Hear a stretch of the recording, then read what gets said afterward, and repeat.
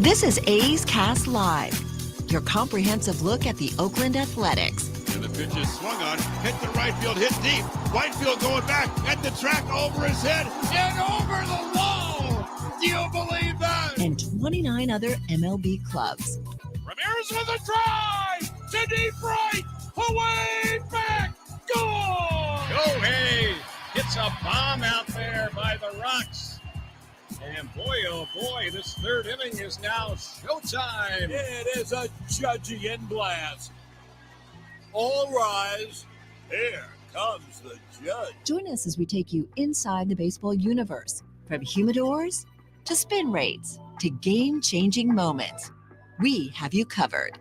Spend your afternoon with us next from the town, only on A's Cast Live. Here's Chris Townsend. Happy Monday to everybody, and welcome to another edition of A's Cast Live. Hope everybody is doing well. All right, let's fix this. How do I turn my mic up and not be distorted to the folks?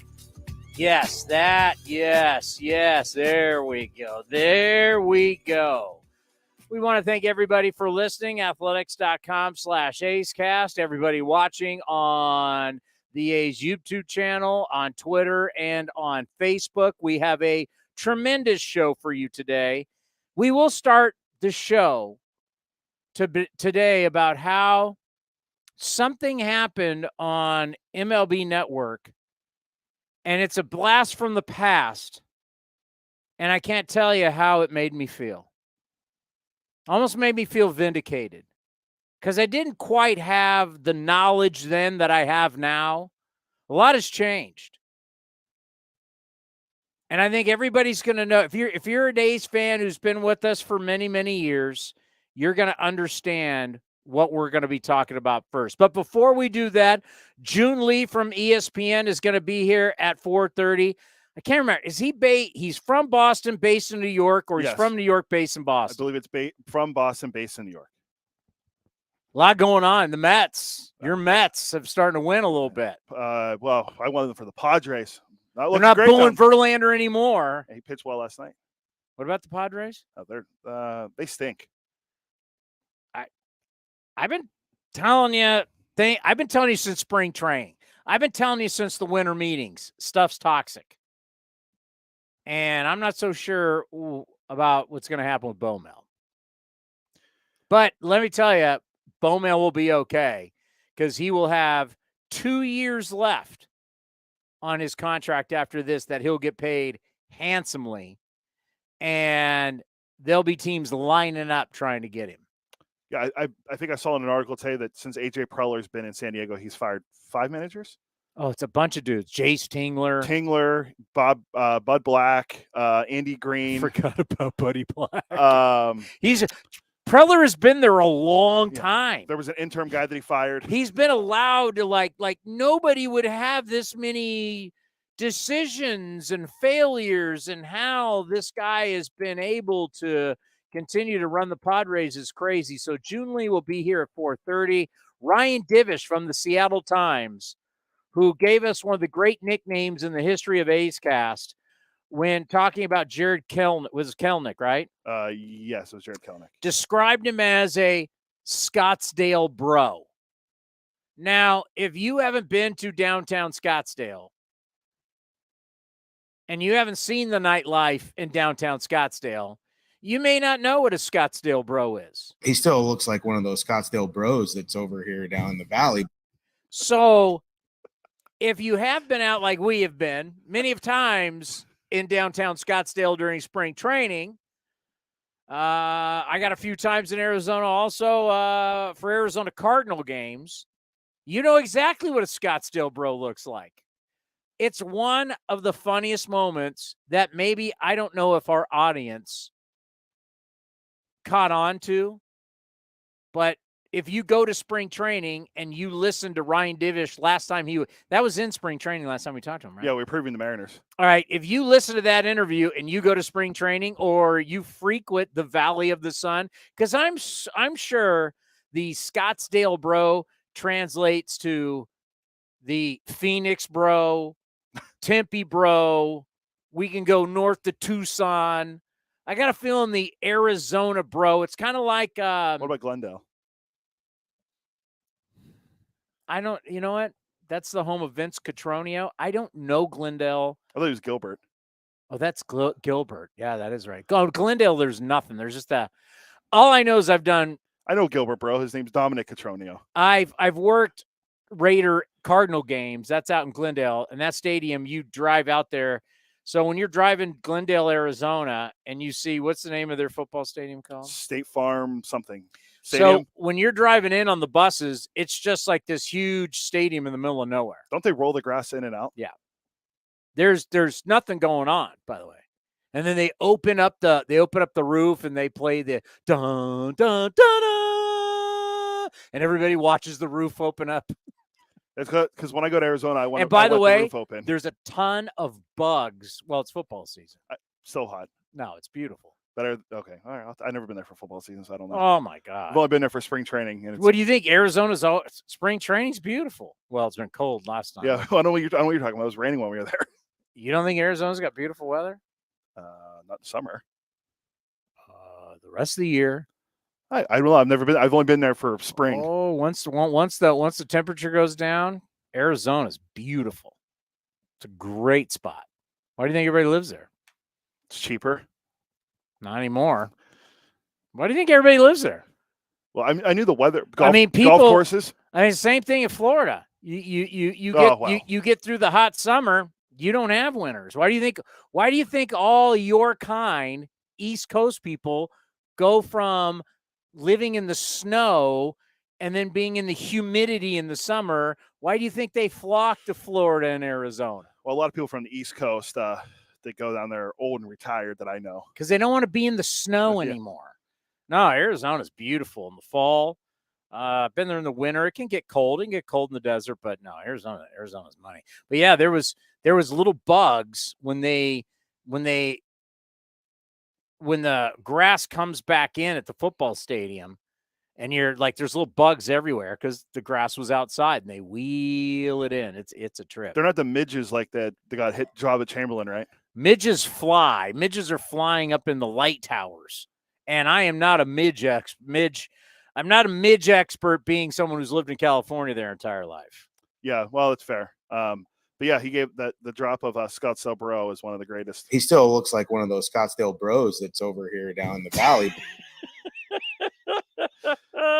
He might be. By the way, Kelnick might be their best hitter right now. Hey, by the way, he has been their best hitter. I know. Well, look at J-Rod. J-Rod's hitting like 205. Your boy J-Rod stinks. Hitting third, hitting 204. J-Rod has one hit over the last 15 at-bats. Batting $147, 23 strikeouts in 17 games in May. The bet's not looking great right now. Mariners 2 games under. 5 out of the wild card. Still got a shot. Why don't you tell about another one of your terrible bets? I'm not giving up yet. I'm not giving up. Can't get. I mean, it's May. Mariners can go on a run. I mean, they go on a run like every year. Although they're not winning the one-run games this year, which is really surprising. You want me to give you the number? Haven't they lost like 12 of 16 or something? They've lost 12 of 6. Mariners have lost 12 of 16 one-run games. The last 2 years, Mariners were by far, with their fun differential, Mariners were by far the best team in baseball in one-run games by a lot. They were 67-41. Quick math, that's a winning percentage of? I didn't hear the stats. I was reading a comment. 620. Oh, that's pretty good. 67-41 in one-run games. And now you're, what are you, essentially 4 and 12? Now you're 12-16. It's the law of averages. Yeah. What they were doing. Regression to the mean. How were they winning and having such a terrible run differential? They had a negative run differential. How's this happening? They dominated one-run games. Well, you're not going to keep doing that. Well, then now all of a sudden you're not winning the one-run games. You look up and you go, oh, you've lost 4 you've lost 1 in a row. I was looking at us. You lost 1 in a row and you're 22-24. You were one of the favorites. So we'll see how that works. But I want to get back to, first of all, how was your week and everything good? My wife's in Cancun, so yeah, I didn't really have to do much. You know what? I didn't realize that I should have been a nurse. She's there for work. All she does is party and travel. Well, when you can afford it. Deliver a couple babies, and then you're off traveling. That's all she does. She left last Wednesday. She's back tomorrow night. I have to pick her up at SFO. So thoughts and prayers for me driving up at the SFO tomorrow night. Yeah, all these people, you got a cool job. I work every day. She's off. Oh, she's going to Cal Poly. Oh, she's going to San Luis Obispo. Oh, she's going to Cancun. I mean, what a life she lives. She was supposed to go to New Orleans, I think, in June, but she ended up not going for a work conference. Should have been a nurse. There's like 4 or 5 nurses from the guaranteed work. Won't tell you what Kaiser she works at, but it's here in the South Bay somewhere. There's a few of the nurses. So I'm like, who's delivering babies? It's a great gig, man. They work 4 days, off 3 days. Yeah. My wife works a lot of overtime and a lot of like 16-hour shifts. That's her choice. That's your choice. Yes. I think her standard shift is 3 days a week, actually. How about yours besides work? What? How was your weekend? Nobody cares. All righty. I worked. PGA Championship. Michael Block. I watched that hole-in-one as I was live on the air. You know where I was this weekend? In here. I was right here. See this? This is where I was this weekend. Watching A's baseball. It was great. It's great. You know, just getting better. Hey, Seth Brown's back. Jordan Diaz is sent down. I'm going to ask this question because you know what? Not everybody can be honest with you. So I really have nobody to talk to. I sit around and I got to be real. I got to look. I got to be Michael Jackson and be the man in the mirror. I got to look at the man in the mirror because I know other people I ask aren't going to tell the real answer. I can ask the questions and they're going to give me garbage. So I'm not even going to ask them. I will tell you right now, this franchise did not get better by sending Jordan Diaz down. They didn't. They didn't get better. How do you get better? How do you get better? Jordan Diaz is figuring out how to hit. He's figuring out how to play second. He's figuring out how to play. He's 14 years old. How old is he now? 22? I think he's 22. Yeah, 14. Jordan Diaz going down to AAA did not make this organization better. Yeah, 22. And you know what? I can't ask my colleagues about it. Well, you're bringing Seth Brown back, and Seth Brown, blah, blah. Oh, Seth Brown's back. He was in 200 before he got hurt. We're 10-38. Seth Brown's gonna all of a sudden we're now gonna get to 500 and be in this thing. Season saved. Season saved. I said I don't want to see any of the young guys go down. I don't want to see it. I don't care. Unless you got Babe freaking Ruth or Shohei Ohtani coming up, I don't want to see anything. I know Seth Brown has to come back. That's how the business works. Get rid of somebody else. Yeah, I thought I was worried that if it wasn't Jordan Diaz, it was going to be JJ Bleday. That'd be another one. But both young guys. Yeah, I don't know how this organization got better sending him down. I don't think anyone will give you an honest answer. I think people lie to you and it's Seth Brown. He's a leader. Seth Brown. I love Seth Brown to death. Great guy. Good to have him back, no question. But this organization didn't get better with Seth Brown coming up because this year is a wash. Your team gets better by a guy like Jordan Diaz in the next couple of years being a good player. And learning how to play at the we're big league level. We're still acting that. By the way, we still make moves and still build our lineup and still build our roster like we're not 10-38. Fair, yeah. We don't. We're still acting like steady the ship, stay the process, stay the process. You're 10-38. I will say this though about this weekend. It was a competitive series against Houston, where some of the series we've seen this year, they were not competitive, like against Tampa, the better teams in the league. Against Houston, and Houston starting to play really well, like we knew they would, with Altuve being back on Friday. I thought that was a competitive series. I think the starting pitching's gotten a little bit better. I know Cap was up and down yesterday, but I mean, I feel like Cap that was pitched well. Yeah, I thought for what the situation. But who's making you competitive? It's not the veterans. No, it's the young guys. Yeah. So you just got rid of one of the young guys.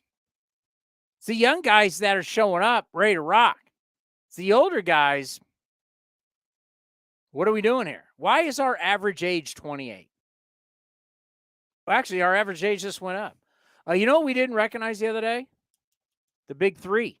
Lou Bobblehead. Then Thank you, Isabella, for giving me this bobblehead. I saw it in the treehouse last week, and I was like, Izzy?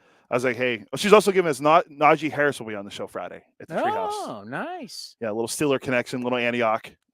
So it'll be nice to have the Ock, as they say. A former Alabama running back. You might have heard of that university. They've won a couple national titles. No. I mean, Were they in the Sun Belt Conference? They're not as good as Georgia anymore, but this is a pretty sweet one. And it has no advertisement on it. Wow, that's when you know it's old school. There's no Chevron the other one's got some type of advertisement. Does Kotze have one? I don't think Kotze does. No. Disney? No. Well, once it's Star Wars related, that's an Take it off. I dare you. Take it off. All right. Folks, I was sitting on my couch today with my dog, and I was watching MLB Now, and they started the show with Joey Gallo.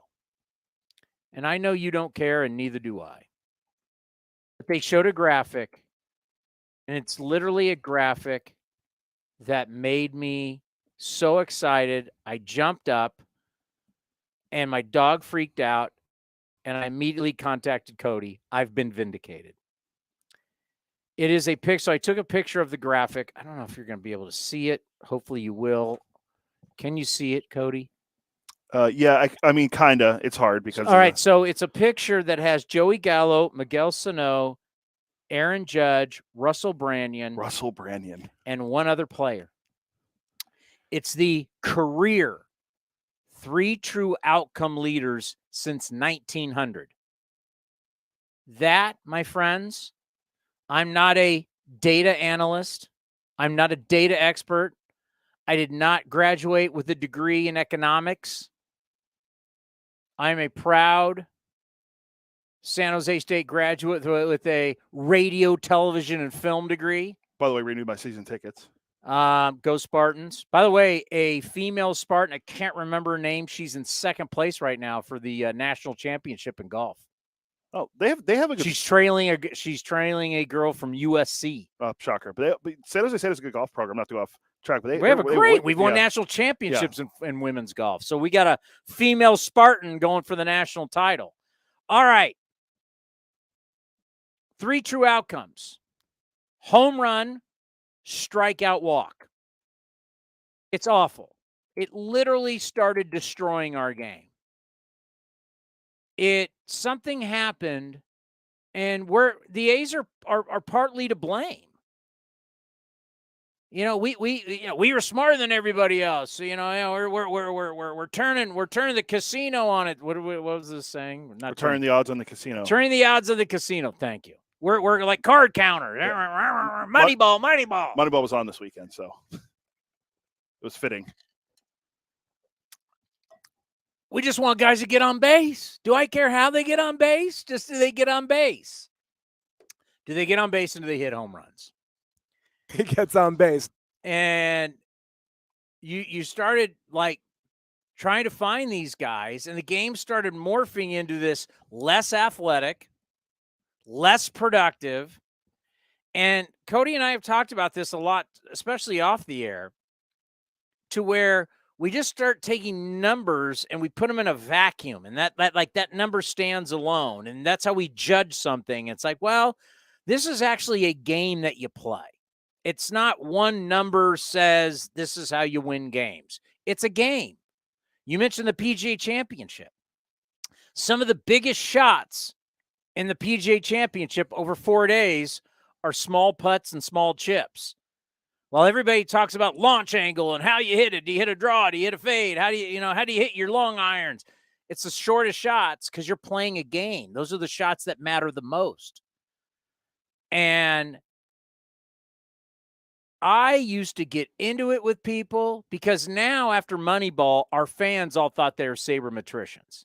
And our fans all started talking, batting average balls put in play. They started bringing everything at you, right? Babbitt, as they call it. Yeah, it was unbelievable. Everybody's a know-it-all.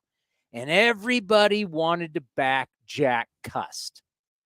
Well, guess who was? You can go to Susan Slusser. You can go to everybody was backing Jack Cust except one guy. This guy. Good host always brings it back to himself. Because I watched Jack Cust and I said, this guy stinks. This guy's worthless. Bob Guerin and I went round and round on it. Bob wasn't a big fan of mine. Bob 2.0 was. Bob 1.0, no. Bob Guerin, you know what the end of the Bob Guerin Billy Bean relationship was? When Bob Guerin stood in front of us in the dugout and said, Jack Cuss, our best player. Well, Jack Cuss had a role for a couple of years. But Jack Cuss, all of a sudden, couldn't pull the trigger, walked, struck out, and didn't hit a lot of home runs, and there was nowhere to put him in the field. And Jack Cuss, at the end, give me his numbers the last year in Oakland when Bob Guerin said he was our best player. That was 2010, right? Because Guerin got fired in 2011. Cuss was a Mariner. There's a dark cloud over the A's at this point. Moneyball is long gone.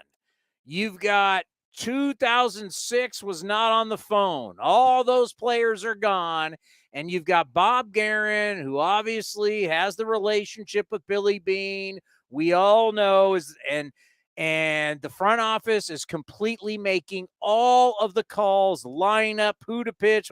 I hate to break the news if you didn't know. The front office was making all the decisions. They can tell you they weren't, but that would be a lie. And there's this dark cloud over the Coliseum, and Jack Cuss is being called our best player. So and let's not forget, we think Derek Barton is a great player to go with it too. But go ahead, read me Custy. It was a Custian blast. 2010 is last year with the A's. Yep. 112 games played. He hit 272 that year, which, okay. 13 home runs, 52 runs driven in, struck out 127 times, walked 68. The year prior, though, struck out 185 times, walked 93, and hit 240. And hit 25 home runs. Tell me his OPS. Tell me OPS. Oh, my God. Tell me his OPS. His OPS in 2009 was 773. In 2010 is last year, 834. Ooh. I said Jack Cuss sucks. And I'll say it again. And how about this? He gets on base. Well, it wasn't Mary gets on base. You know how hard it is to get him home? How do you get him home? He's a slug. He's such an unproductive baseball player. He scored 50 runs his last year as an A. He just, for a guy that walks so much, I mean, you have thought he scored. Look at all the walks and look how he just doesn't score. Here's a guy that led baseball with 111 walks and only scored 77 times. But here was the thing. Well, if he was in a different lineup, he'd be a great player. Oh, okay. So now I'm an idiot because I watch him every day. I don't think he's very good. But if he's on another team, Jack Cuss. Okay, Jack Cuss left the A's. How many games did Jack Cuss last in the big leagues? Because the A's, they were the ones that acquired him. They're the ones who made him. And they're the ones that are telling you he was their best player. 29 other teams had an opportunity to get Jack Cuss. Where did he go? The team that we're playing tonight, the Seattle Mariners. And how many games did he play? 67. That's it? Yeah. So our best player, Bob Guerin, stepped up and arrogantly was challenged and arrogantly defended Jack Cuss as our best player. And there's 29 other teams in the league. He got to go to one other team and only played in 67 more games and never plays again. He only hit 3 home runs, drove in 23, struck out 87 times, and 225 at-bats. Was he injured? I don't know. No, because he ended up playing in the Phillies AAA. He'd never play in big league. He'd play 67 more games. That's it. You know what his OPS was that year? 673. Did the Mariners say he was their best player? I don't think so. Was Idris on that team then? See, that's when later on Bob Melvin would come and bring some sanity back to baseball and lead the team out of darkness. Because a guy like Jack Cuss and banking on Jack Cuss as your best player led you into darkness. Jack Cuss, 3 true outcome leader since 1900. 1900. It goes Joey Gallo, 58.3%. Miguel Sano, 58.3%. Jack Cuss at 53. Walk, strikeout, home run. And that's not a lot of home runs. He didn't hit that many home runs. What kind of So if you remember back, when you talk about being a productive player that helps you win games, it's a sport. Does everything that you do help your team win? Clearly, that was not the case for Jack Cuss, even though he was called our best player. They tried to sell Derek Barton as one of the best infielders in baseball. You want to talk about a dark time? he was in the motor trade, right? Yes. I mean, just think about this. These are people who are looking at you like you're a moron. They're looking at you like, oh, what do you? Because none of us understand data. The data says Jack Cust is great. The data says Derek Barton is great. Derek Barton left the A's at 28 years old. There's 29 other teams. Name me how many other teams Derek Barton played in the big leagues for when we were being sold that he's one of the best infielders in baseball. That'd be none. None. 29 other teams, no one ever brought him up to the big leagues again. No, and you mentioned the same year Cuss as last year, 2010. Derek Barton that year walked 110 times, which led the league. He was in his prime. He's 28 years old. No one gave this guy who we even forced him to start the playoff game against Detroit in game 1. And he booted some balls, and then Melvin was like, not doing it. I mean, thank God for Melvin. Thank God. Melvin brought sanity back to the organization. You forgot to bring up the untouchable player. Oh, my God. Oh, I can't believe you brought that up. I'll never forget the untouchable player. They were bringing him around. I was doing my talk show at 95.7 The Game. They contacted me because obviously the relationship was never good with 95.7 The Game. So I'm like, bring him in. I'll have him on my show. Because we were showcasing a player for the A's. Because there was one untouchable guy. Do you remember who that untouchable guy was, folks? Jemile Weeks. So, Cust is the best player. Derek Barton's one of the best infielders. And Jemile Weeks was untouchable. And yours truly always was like, I'm not buying it. I'm not buying it. I'm not buying it. And people criticized. That's fine. I'm having my day. To see this career 3 true outcomes, because we didn't talk back when this was going on at Jack Cuss, we didn't talk about 3 true outcomes. No. We didn't know about it yet. Yeah, that wasn't really a thing. That wasn't a thing at all.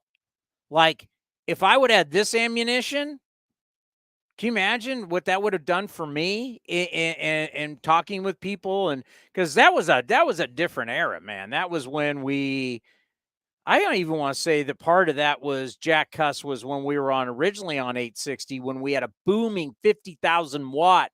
I would have calls coming from all over Northern California, from Sacramento all the way down to Stockton, all the way out to Fresno. We would have, our radio signal shrunk over the years, especially when we went to FM. When we were on 860, the original in 2010, was booming. You would be shocked how many calls we were getting all the time. And I was fighting people all the time about it. I wish I would have had this in. Jack Cuss is one of the worst strikeout, walk, and occasional home run hitters we've ever seen in the history of the game, who can't run or play defense or throw. But what could he do? I kind of got on base. Yeah, I know. I mean, he's not a winning player. He's not a good player. He was not a good player. The only guy on there that's surprising, kinda, is Aaron Judge because he's such a good hitter now. Yeah, Aaron Judge is on, but he's because Russell Brandon was a home run strikeout guy. But these are guys. But the thing about Aaron Judge, what puts him on this list, is that he hits so many home runs. Yeah, and he walks a lot, and he still strikes out a good amount. Give me his career average, though. That's the thing. It's like if you're not hitting home runs and you're just striking out. He's a career 284 hitter. Yeah, I mean, you can't even put. The fact that he's on this list is an anomaly. He walked 111 times last year, but he struck out 175. Oh, and he hit 62 home runs. Yeah. So he led in 2 of the 3. Jack Cuss just strikes out and hits 24 home runs. Everybody's like, oh, my God, he's a great player. And he walks. And it got to a point. Did I ever tell you the story about my when my dad died? and we were having my dad's funeral. And so back in San Diego, and that night after the funeral, we took a bunch of our family to, my parents were season ticket holders for the Padres. So we took everybody, all the family, to a Padre game to celebrate my dad. Guess who they're playing? The A's. The Seattle Mariners. Oh, I was going to say that. Okay, that was my next guess. And guess who first at bat? Oh, called third strike looking. Jack Cust. Jack Cust. I can't get away from this guy. I can't get away. I've ripped this guy for all these years on post game, and now I'm my dad's funeral. I'm at one of the lowest points of my life, and there's Jack Cust taking called third strike at Petco Park. I couldn't believe it. Is Joon there? Yeah. Joon, welcome back to Ace Cast Live. How are you? What's up? How's it going? We got a lot going on today, but back in your neighborhood, we've been talking so much about, hey, here the Mets are with the highest payroll in the history of baseball. What the hell's going on? Look out. The Mets have won some games, starting to get hot. Yeah, it's kind of been an up and down season for both New York teams so far. I think falling a slightly short of expectations. I think the turning point over the course of last week was Justin Verlander's first start at Citi Field, where he kind of disappointed. I think he gave up 6 runs that night. He basically said that he was surprised that the Mets were in the position that they were, given the talent on the roster and how well they performed last year. And I think in the days afterwards, Pete Alonso went on an absolute home run tear. And that has kind of revitalized the energy in the clubhouse, because this was a group last year that really didn't go through a ton of adversity during the course of the regular season. They kind of smooth sailed, were just really, really good the entire year, obviously until the postseason they got eliminated by the Padres. This was kind of the first time that this group had been tested with adversity, and the New York media starting to kind of bite at them, and just the expectations of the situation starting to kind of be really felt in that clubhouse. I mean, I start to sense that guys are getting a little tense about where the team was. And so I think the last week has really turned things around and just generally shaken up the vibes. That's so interesting, isn't it? Because you're always fighting for the attention. You're the little brother. We understand what that's like with the San Francisco Giants. You always want to be that. All of a sudden you got that. Now everybody cares. Uncle Steve's spending all that money and everybody cares. Well, here comes the scrutiny with it. You want to be like the Yankees? Now you're going to get treated like the Yankees.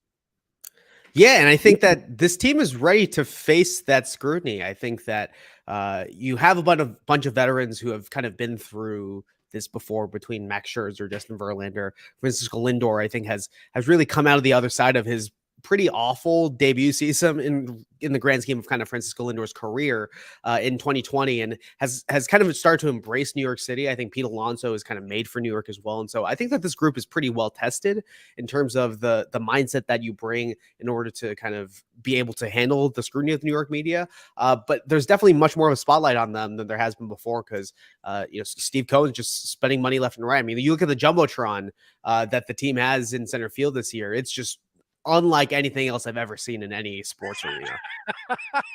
I haven't seen it. Just incredible.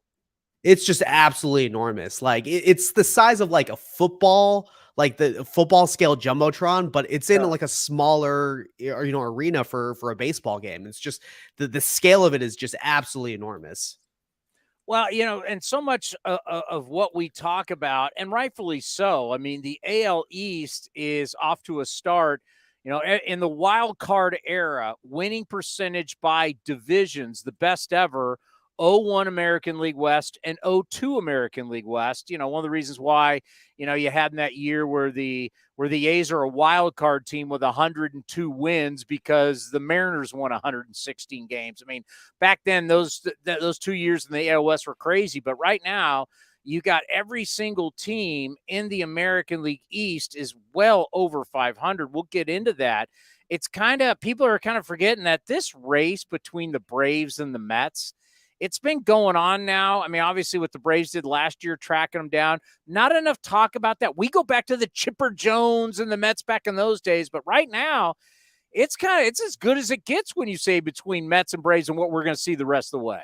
Yeah, I'm really excited to see what these teams kind of look like. I think the big thing that the Mets are depending on is having guys like Scherzer and Verlander, guys who are on kind of the back end of their careers in terms of age, actually continue to perform at the level that they are expected to. And I think that's one of the biggest concerns that Mets fans have, and the Mets in general have, about this team, is that they need these guys who are getting paid a lot of money and are also on the older end to continue to be the guys that they have been. And that is kind of a risky proposition. And on top of that, you're depending on Carlos Carrasco and Jose Quintana and Kodai Senga, who has been kind of a little bit up and down since the start of the season, and could potentially, get Tommy John surgery at some point, just given the conversation around the diagnostics of his elbow. And so you need all these things in the rotation to really go right. I think one of the things that's been underrated about the Mets last year, and the difference between last year's team and this year's team, is Chris Bassett, who has gone to the Toronto Blue Jays and continued to be an extremely good pitcher. You guys obviously know Chris from his time in Oakland. Like, Chris is a consistent middle of the rotation starter who's going to put up like a 3.5 to a 3.8 ERA. And he did that game after game after game last year. Like, he's not going to be Justin Verlander or Max Scherzer at his peak, but you know what you're going to get out of Chris Bassett. And the team has missed that, at least in the early month and a half of the season so far. And he's continued to do that as he's gone to the Toronto Blue Jays this year. Yeah, what's he got, like 27? Was it Cody? 27 scoreless innings Seabass has going right now. 27. And he gives you innings. I mean, in our world, it's hard to believe we say it. I guess it's not hard anymore. We're so used to it. It's like, can somebody throw 7? Can somebody help my bullpen out? Can anybody go more than 5 and dive? It's amazing how valuable that player has become, to where whatever all your other numbers are, great. But if you could just give me innings and not wear out my bullpen. Yeah, I think that is what Chris Bassett does as well as anyone in the game. I think that just in the modern baseball, given the way that the game is played in the modern times now, like, just getting those innings out of the starting pitcher is something that's so rare, especially just given the restraints that teams put on pitch count and the times through the order. And so when you have a pitcher who's able to get through just 6 innings, 7 innings consistently, that's a 4 to 5 win player these days. And that's kind of reserved for, the top of the line starters, the Garrett Cole, Sonny Gray this year. That's not something you see regularly. I think it's become a much more valuable asset in the game as a whole. Do you remember when we sat down with you in San Diego at the winter meetings? We were all talking about, this is about the shortstops and the shortstops years and money and all this stuff. I mean, the Correa thing when we were sitting down, the Correa drama was just starting, right? Yeah. How crazy it was going to be. And now you look at all these shortstops, and it's like, man, we talked a lot about these guys. Man, you want to talk about overpromise, underdeliver. What have we learned about that whole shortstop class that we called the greatest of all time when we were at the winter meetings? I think it's still too early to say. I mean, we're 6 weeks into the year. Like, for me, when I talk to people around the league, whether it's, baseball operations executives, agents, the conversations that people have about, teams 6 weeks in the year on May 22nd is we still don't really know how good any of these teams are. Like, I think that it's going to take like another month to start to make judgments about, how well teams are going to project going into the playoffs. But especially on these like 10-year contracts, it's like, it's pretty hard to project. That being said, like, Xander Bogaerts, for example, had an incredible like first 4 weeks of the season. He struggled the last 2 weeks. For me, I think it's a little too hard to make any sort of judgment. Like, is Xander Bogaerts going to pay off in the last like 3 to 4 years of that contract? No, probably not. Just given, the aging curve of most of the shortstops and just, top end contracts that have been given out in the game over the course of the last 2 decades. But that's not what these teams are prioritizing through these contracts. And so I still think it's a little bit too early to say, but I am really curious to like look back at this period in like 8 years and see how many teams spent a ton of money and actually won a World Series, because we've seen the San Diego Padres spend tons of money year after year after year, constantly winning the offseason. What do they have to show for it? Yeah, $863 million to free agents and contract extensions, and they are 21 and 26, 7.5 games back. I hopefully will be, I may or may not, I may be retired by the time these contracts are up to be able to come back and look at them, but it'll be interesting. And I know you don't have the answer. I don't have the answer, but it's like, okay, you signed so-and-so for 11 years and you signed this guy for 10 years. how many years will the guy have to be pretty good to justify that contract? Because as you just said, at least the last 3 years are going to be stinkers. So how many years of the deal will have to be good to make it worth it? Oh man, I think it depends on a couple things. Like if you don't win a World Series, you probably need more of those years. I think that's just how normally these equations Good point. go. Yeah, and so like if you're, I think back to my reference points are all Boston, growing up in Boston, but like you look at the JD Drew contract, and the Red Sox I think signed him for a 5-year, $70 million contract. JD Drew was awful for the last couple of years of that contract, but they won a World Series and he hit an enormous grand slam, and it kind of made it all worth it. John Lackey was awful for the first 2 years of that contract with the Red Sox. And these are shorter contracts than the contracts that were given out this past offseason. But I think that World Series thing is going to play a huge factor.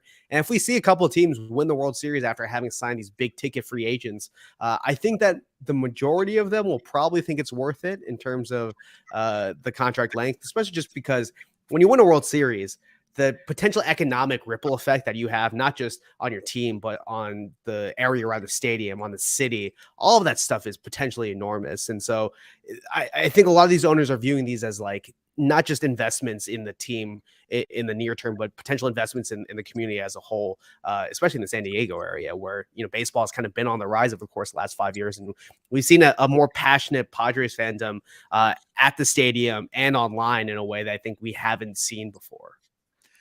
Well, going back to you growing up in Boston and just thinking about out here with the San Francisco Giants, when you have this run for X amount of years and you win X amount of World Series, yeah, you kind of forget who signed for what, who did what, how it is.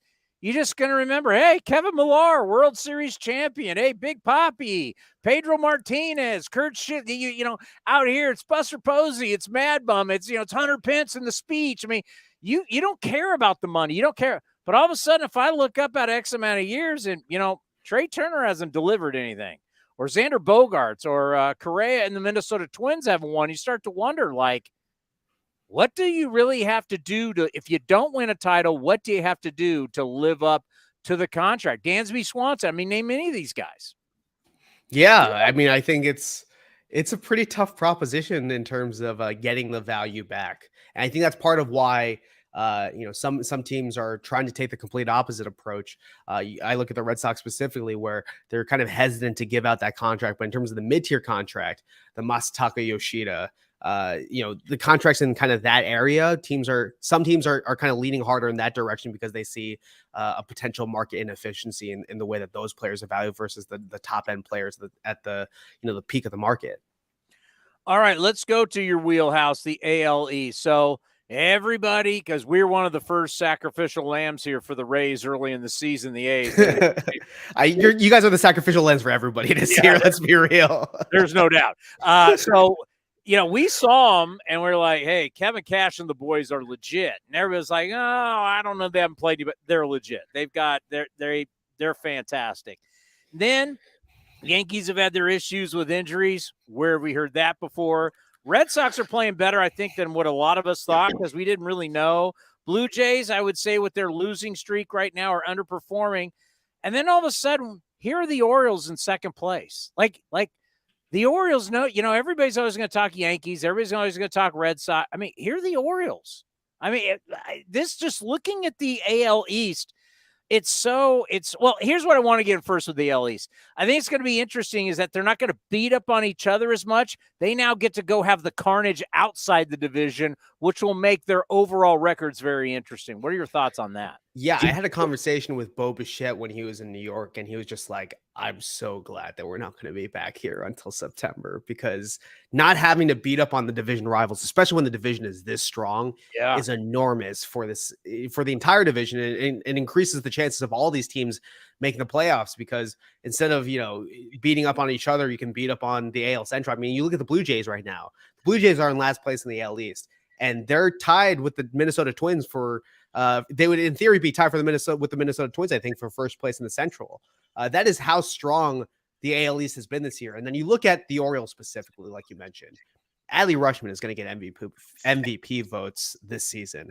And you look at that roster, Cedric Mullins has had a bounce back year. You have guys like Adam Frazier having good years. Jorge Mateo having a really good year at shortstop. And then you look at Gunnar Henderson. Gunnar Henderson was kind of the unanimous almost rookie of the year pick by a lot of pundits before the season.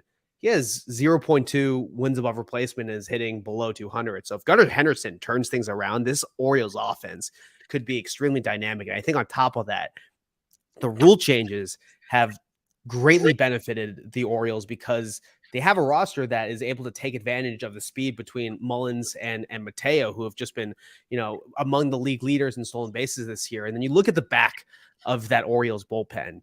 You have Yennier Cano, who has been one of the best relievers in all of baseball.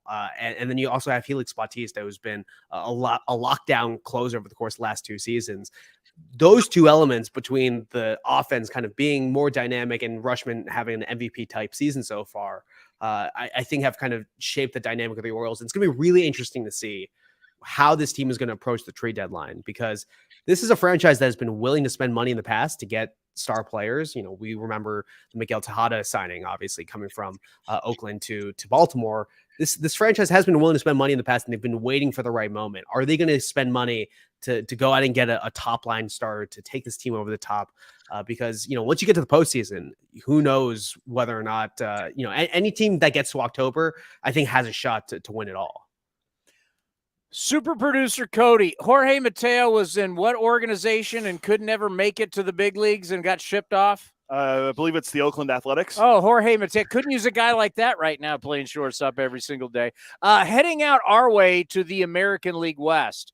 There's a team scoring a lot of runs. They spent a lot of money on pitching. You're not going to be shocked Verlander is on the IL. The Rangers, though, are scoring a lot. Are you buying stock in the Texas Rangers? Oh, man. I am still concerned about building a rotation around Jacob deGrom and needing to depend on that to get far in the postseason, just because every single start in New York that Jacob deGrom took over the last couple of years, everyone is just holding their breath every single pitch, waiting for an injury to happen. Every single pitch, you would feel Citi Field get stressed over, is this going to be the last pitch of Jacob deGrom's season? Because that's just who he's been over the course of the last couple of years. Like, when he's on, he's obviously one of the most dominant pitchers that we've ever seen throw off a mound. And when you're depending on, Nathan Eovaldi's had an incredible start to the season. Is that going to keep up? We've seen him kind of be up and down since he's been traded to the Red Sox, since he was traded to the Red Sox for the Rays a couple of years ago. Marcus Semion's having an incredible season. I think that there's a lot of talent here. For me personally, like, it's a little too early to declare the Rangers as a legitimate threat, just because, like, I believe too much in the Astros in that division, despite them having all the injuries to the pitching staff that they've had, and believe in the Mariners, just kind of core talent, eventually winning out. But obviously we'll see. Great stuff as always. We appreciate it. We'll talk soon. You be well. Thanks for having me. Joon Lee does a great job. ESPN there in the Northeast. As he said, grew up in Boston, covering sports in New York, always interesting. And I said it yesterday on the post-game show. I'll say it again today. I think over the weekend, the A's can learn from what they saw. You can learn from watching how the Astros conduct their business, because they are by far, oh no, my Ace Cast sign. They are by far the best franchise. It's not disputable. They've been to the ALCS 6 straight years. They've been to 4 World Series in that time, and they've won 2 of them. Call them cheaters all you want. They win. Just win, baby. It's what they do. And they do it their way. They don't throw money at it. They've got a price point. And if you heard this yesterday after the game, I apologize, but, not everybody did. They've got a price point for every player. They look at you and they say, this is what you're worth. And if you command more than that, we're going to let you go. And by the way, we're not going to trade you. We're going to let you go to the end of your contract. And then we're just going to let you walk.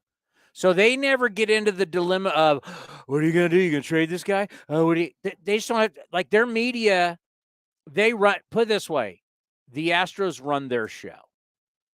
They're running things down south, the Southwest. Nobody's harping on them. People are afraid of them because Jim Crane, the owner, the billionaire, is ruthless. He is ruthless in his baseball business, and he is ruthless outside. I've told you I have a connection to Jim Crane, and I've heard stories. The man is ruthless, and people fear him. Whether it's right or wrong, it is what it is. And you never hear people criticizing them how they do. They let Garrett Cole walk. They let Carlos Correa walk. Verlander. Sorry. You want to finish my thought? No, I was thinking of the players they let go. So they let these guys go. And people are like, it's not the tanking. We've proved on here tanking. Now, that's not true. Some of the guys are from tanking, but a lot aren't. Anybody could add Jose Altuve. Anybody could add Yordan Alvarez. I mean, yesterday's guy, Framber Valdez, you know how much he signed for? Not much, and he was older. Take a guess. It was like 100,000. Oh, not even close. Not even close. I mean, if you looking at their keep going. What do you think he signed for? 30,000. He signed for $10,000. Anybody could have had him. They went into Latin America and they carpet bombed with not a lot of money. They gave 10 to you, 25 to you, 75 to you. They didn't go Robert Poisson, $5.1 million like we did. Where's Robert Poisson? He's in Stockton still. They went, gave a bunch of guys and said, we're just going to throw a bunch of money out there, just like we're going to cast a huge net and hope that a couple of these guys work out. Oh, it worked out. And a couple of these guys have worked out. I mean, half the rotation was built from the international market. Garcia, Valdez. Well, not anymore Garcia, but yeah. Urquidy. I mean, those are all guys that they found internationally. They didn't draft them. They didn't get them from tanking. They internationally scouted and developed. Remember, Luna fired half his scouts and sent guys with video cameras as a scout.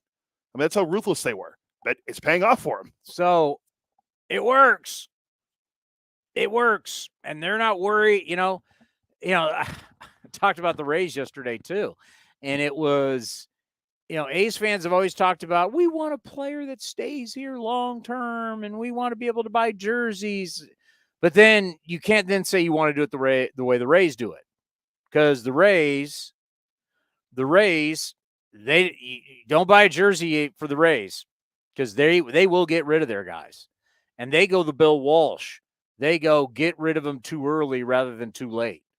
So if you want jersey guys and you want to be able to buy jerseys, that's all you want. Well, then you're not playing the modern day game of how to win, be successful. Because the Houston Astros, you could say, well, they have Altuve. Well, because Altuve took their price point.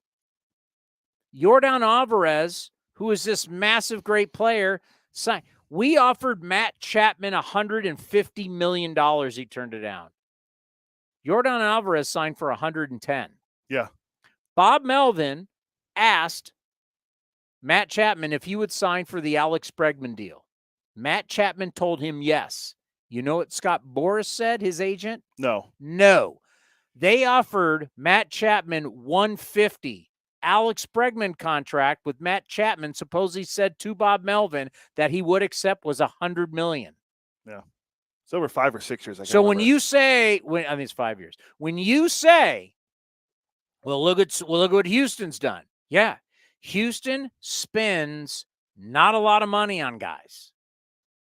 When they do spend money, it's going to be, what's Altuve? 120? Check out. So you got 115 for Alvarez. You got 100 million for Bregman. What's Altuve? 2018, he signed a 7-year, $163 million. There is 163. That's way more than I thought, but whatever. There's no 300, 400, $200 million guy. They don't do that. The only guy that I think that they've given up back, they don't sign a lot of free agents either. Like they got Brantley and he's kind of hurt now. He's been hurt, but The big one is they gave the 3-year, $58.5 million contract to that's Abreu. Might be the worst one they've signed so far, and it's because he doesn't have any home runs. But that's nothing. I know. That's what I'm saying. Like that we're saying that could be the worst contract they've signed. So that's why, if you want to build your team, going out and doing it the Padres way, which everybody celebrated, is not the way to do it. You've got to be ruthless. It's got to be ruthless GMing. That's what you have to do. And whether it may not be, if you want to win, you want to sell merchandise, I get it. Have players that stay here forever and roll the dice. But if you want to win, this is how you win. Rays are 34-14. Guess what? The minute you start to price yourself out, you're gone. And you know what? If I'm the Rays, and even if you do get a new ballpark, why would you change how you do business? How you do business has worked. Why would you change? All of a sudden, let's just sign on. You start signing all these guys. It's like, it doesn't work. Padres haven't won it. Yankees have signed all kinds of players to long-term deals. They have not won a World Series since 2009. How's Aaron Hicks doing? You're going to have a monument for him? By the way, Hicks, Hosmer, DFA'd. A lot of veteran guys getting DFA'd. The Rays, biggest contract ever given up to a free agent just happened this past offseason. Zach Eflin, 3 years, $40 million. Are you going to buy his jersey? No. You don't buy jerseys for these guys. You just want to win. But that's just, it is what it is. Yeah, I think going back to the shortstops in the offseason, talk about the shortstops. Wow, has that not panned out at all? None of these it's like, we can go. I have the numbers. The guys are not. It's not. It's early. Yeah, you got 10 years to go on these deals, but yeah. You wanted the immediate push. Like, I'm getting offensive shortstops. This is incredible, and you are not getting that. Who's our next guest? Ryan Divish at 5:30. Okay. Coming up next, what's the best way to put this? Answers to the questions of what happened with Madison Bumgarner. You can just look at the stats and you say, okay, I look at the stats, I get it. But there's an article right now in The Athletic that really tells you the story of what happened in the Valley of the Sun. And it is such an interesting read because it tells you, oh, I get it now. It's an "oh, I get it now" article. And it makes you realize if you're going to be one of the great ones in the history of the game, of any sport, there will be adjustments. There will be adjustments. The great ones make adjustments, and they make them from the moment they arrive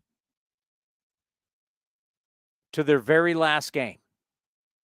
Was Wayne Gretzky the same player as a kid as he was in his 40s?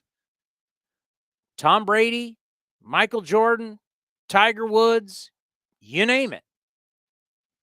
You have to be able to change. And if you don't, doesn't end well. Get me my Moneyball sounders. Which one? Adapt or die. Oh, I have that one. Where is that one? We need to get we need to get one of those boards where you can just click it. Well, I had it. Because this doesn't work where I go, oh, I know. I have so many. This is archaic. I have so many adapt or dies. We're like Reggie McKenzie and the Raiders. We're still on files and writing stuff down. We don't even have computers. Adapt or die. There it is. You know what? Adapt or die. Next, right here on A's Cast Live. This is Chris Townsend. There are two things that are a must for me: comfort and style. Whether I'm playing golf, going to dinner, I've got to have the right feel. That's why I've partnered with Linksole, and you're going to love Linksole. They have just released their new spring line, new fabrics for their polos, lightweight and perfect for technical performance. Linksole also has new styles for their layers and hoodies with cool prints and seasonal colors. You know what they say in the big leagues: look good, play good. Go to linksole.com. That's linksole.com. Chevron with Techron has unbeatable engine cleaning power, and it gives you unbeatable mileage for all kinds of unbeatable destinations. Like time in the sun at the beach, or time in the sun riding roller coasters, or a day in the sun hiking mountains. Well, probably just one mountain would be enough for a day, but hiking a mountain is still an unbeatable choice for how to spend time. Download the Chevron app now to get unbeatable mileage at locations near you. This is Chris Townsend, and if you're looking for a great place to eat and watch games, go see my friends at the Chicken Pie Shop of Walnut Creek. The Chicken Pie Shop is one of the hottest restaurants in Walnut Creek. You're not going to find a better menu, and come try their world-famous chicken pie that has been served in Southern California for 86 years. Spacious indoor and outdoor dining, perfect for your next private party or corporate event. Don't forget free parking. For more information, go to chickenpieshopwc.com. That's chickenpieshopwc.com. If you're looking for a new mattress, Nest Bedding has you covered. Sleep on the same mattress Hall of Famer Ricky Henderson sleeps on. Nest Bedding is the #1 brand of online mattresses and the Bay Area's favorite mattress store. Take home the Easy Breather pillow. The New York Times calls it their #1 pick. You can navigate their easy-to-use website, nestbedding.com. That's nestbedding.com. Green and Gold fans, use the coupon code Oakland and you get 10% off your entire order. Nest Bedding, love where you sleep. Thanks to the Xfinity 10G network, my little brother's friends won't leave our house. When I was their age, internet with basically no interruptions was a pipe dream. You sound like my grandpa. Now through April 23rd, new customers can get 200 megabit Xfinity internet during our limited time Xfinity 10G network launch celebration for just $25 a month for 2 years. Go to Xfinity.com/10G, call 1-800-XFINITY, or visit a store today. Requires paperless billing and autopay with stored bank account. Restrictions apply. Taxes and fees extra. After promo, regular rates apply to internet service and devices. Actual speeds vary. Hey, Billy, this deck is great for getting everyone together. Thanks. We're really enjoying the outdoor space, especially on a day like today. What's the material? Humboldt Redwood from Ashby Lumber. They gave us a great deal, provided us with a quick quote, and we couldn't be happier. We even found a great contractor through their online contractor directory. Don't miss a day outdoors. Visit Ashby Lumber in Berkeley or Concord to see our stock of naturally strong, naturally beautiful Humboldt Redwood. Find out more at ashbylumber.com for all your building needs. Ashby Lumber. Innovation is at the core of Cal State East Bay, like at our Green Biome Institute, where faculty and students preserve genetic information from California's endangered plants, or how we open doors for local entrepreneurs at our Small Business Development Center. From educators to nurses to STEM professionals, Cal State East Bay has real impact throughout the region's neighborhoods, boardrooms, and the entire economy. Be part of the innovation. Connect with Cal State East Bay at csueastbay.edu/impact. Bring the whole family out to the ballpark for this Friday night showdown on May 26th. Come see your A's take on the Houston Astros, then head down to the field to see the best fireworks in the Bay Area. So get ready to enjoy a one-of-a-kind, pop through the decades post-game fireworks show. Throws, and it's swung and hit to right field, deep in the corner, and that's going to be gone, and it's back to back to back. Grab your seats today at athletics.com/fireworks. That's athletics.com/fireworks. Baseball season is officially here, and there's no better time to build your collection of Topps trading cards. Topps packs feature everything from top stars, rookies, game-used memorabilia, and autographs from players around the league, as well as special inserts and surprises. Visit your local hobby shop, retailers, and Topps.com to collect the first product of the season, Topps Series 1 Baseball. Follow @Topps on social conversation and start sharing your collection today. When Northern California businesses need some pop in their lineup, they call the bank rooted in the East Bay, Mechanics Bank. Since 1905, Mechanics Bank has been helping Bay Area and Northern California businesses find success and perform at the top of their game. See how they can make a difference in your business today. Call or stop by your local branch or visit mechanicsbank.com. Mechanics Bank, the official East Bay bank of the Oakland A's. Member FDIC and equal housing lender. Unlock offers and receive exclusive in-game features by downloading the MLB Ballpark app for iPhone and Android today. Plus, get the latest information on game times, schedules, and more. We are right in the middle of major season on the PGA Tour. Hey, those guys are good, but it won't stop you from having a great golf outing at Cinnabar Hills Golf Club. Just a short drive south of fast-paced Silicon Valley, the 27 holes of championship golf will give you and your friends a full day of enjoyment. Plus, a great 19th hole experience awaits at the grill. not only golf, but Cinnabar Hills is ready to provide a first-class experience for any event. Learn more at CinnabarHills.com, CinnabarHills.com. Streaming from the town, A's Cast Live continues with Chris Townsend.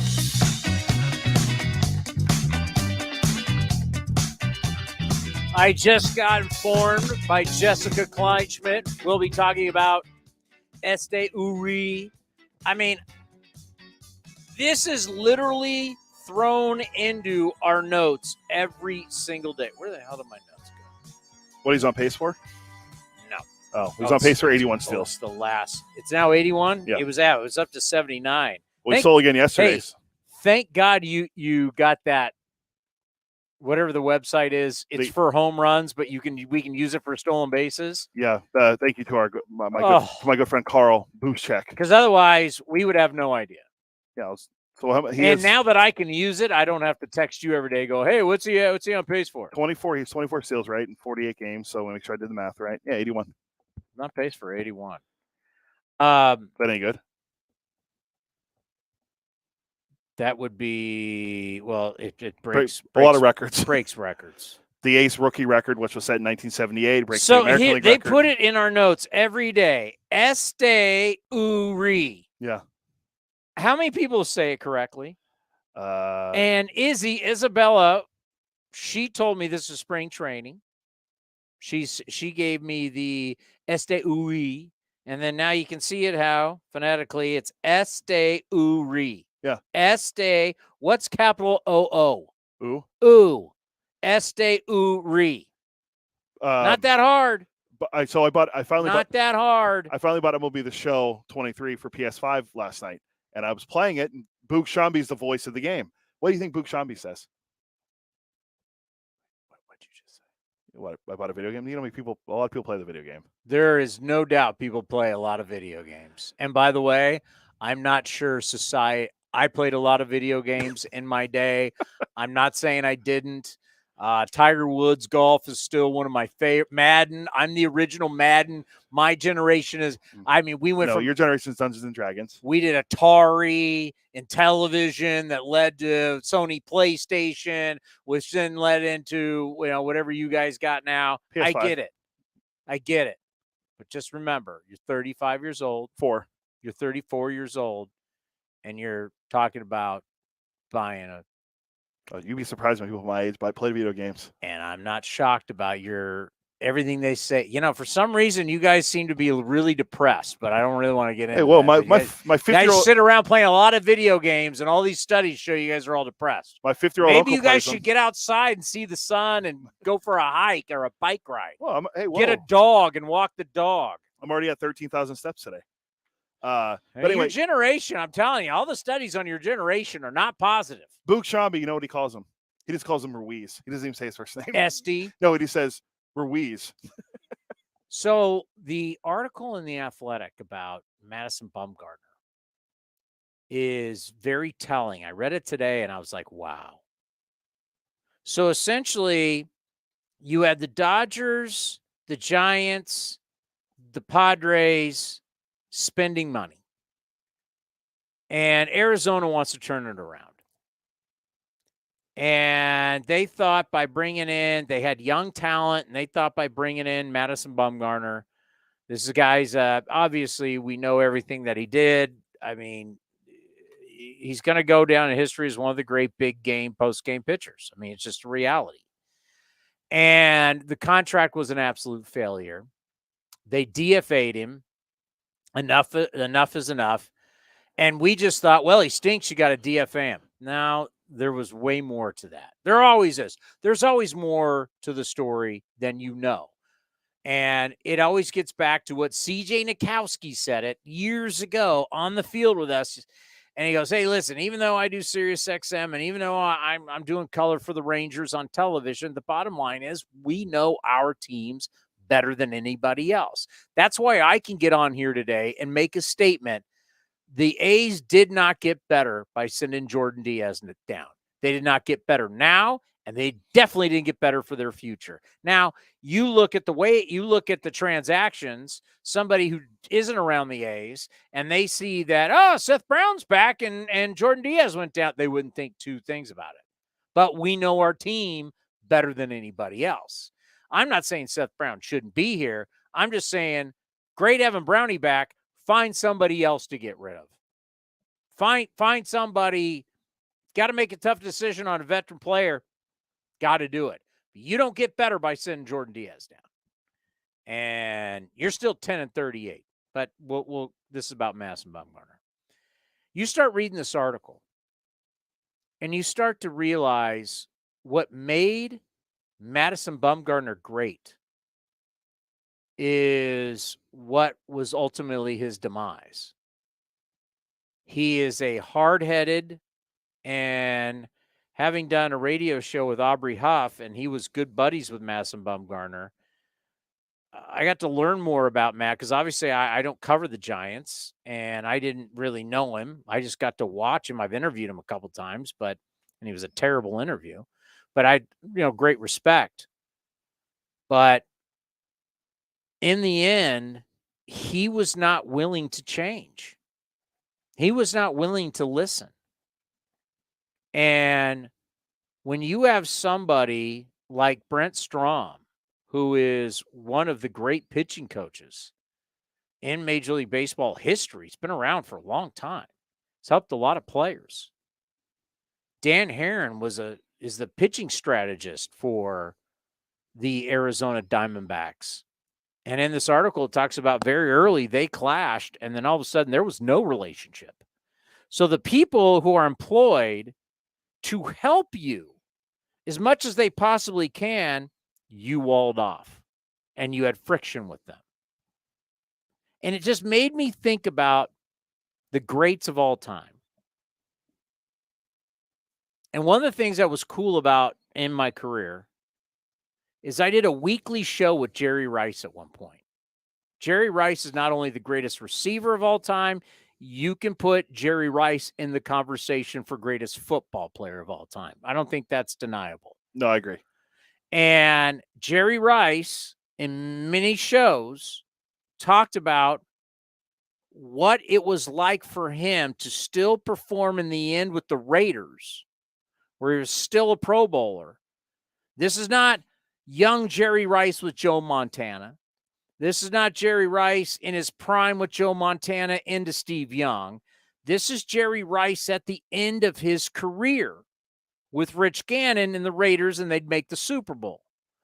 Jerry Rice had to change how he went about his game, his preparation, how he healed, how he did everything. He had to change. He got older. He had to adjust. I mean, there is this fascination this country has with Michael Jordan, right? Michael Jordan is fascinating. Well, Michael Jordan changed by the end of Michael Jordan's career with not the Wizards, not Wizard great. Is he on the wall? Is Jordan on the wall of Wizard greats? You know him as the Bullets, the Washington Bullets. I think if you're gonna erect the wall for the Wizards legends, I think you have to put him on there. Really? How many great Wizard players can you name off the top of your head?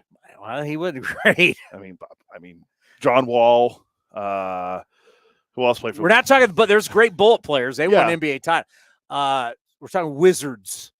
John Wall, Bradley Beal. What was the one? He was one of the Fab Five Michigan guys. Okay, it wasn't Jalen Rose. No, not C-Web. The other guy.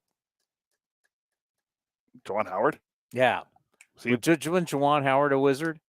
I didn't think we were going to talk Juwan Howard today. Wizards live here. Juwan Howard was a Washington Bullet, then Washington Wizard. Yes. Okay, he was really a Bullet, so he doesn't count because we're talking Wizards. You got to be a great Wizard. Anyway, you get where I'm saying. At the end of Jordan, you'll see statistically, Jordan shot more jumpers and started shooting further away. Gilbert Arenas is another one. Gilbert Arenas. Well, someone put. I just typed in the greatest Wizard players of all time because it was on my mind. Jordan is on the list if you do a Google search. Jordan is on there next to Antoine Jameson, Warrior legend. Don't make me. You already made me angry today, sending me the Giants Wall of whatever it's called. What's it called? The Giants Wall of Fame. I had one of the best lines ever today.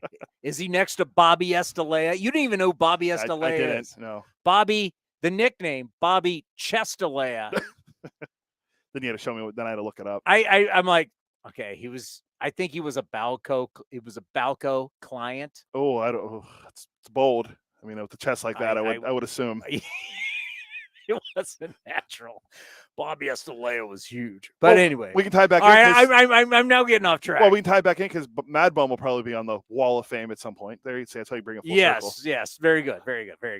Tom Brady. I mean, think about Tom Brady and Peyton Manning are the only two quarterbacks that switched teams and won Super Bowls with different teams, right? They're the only two.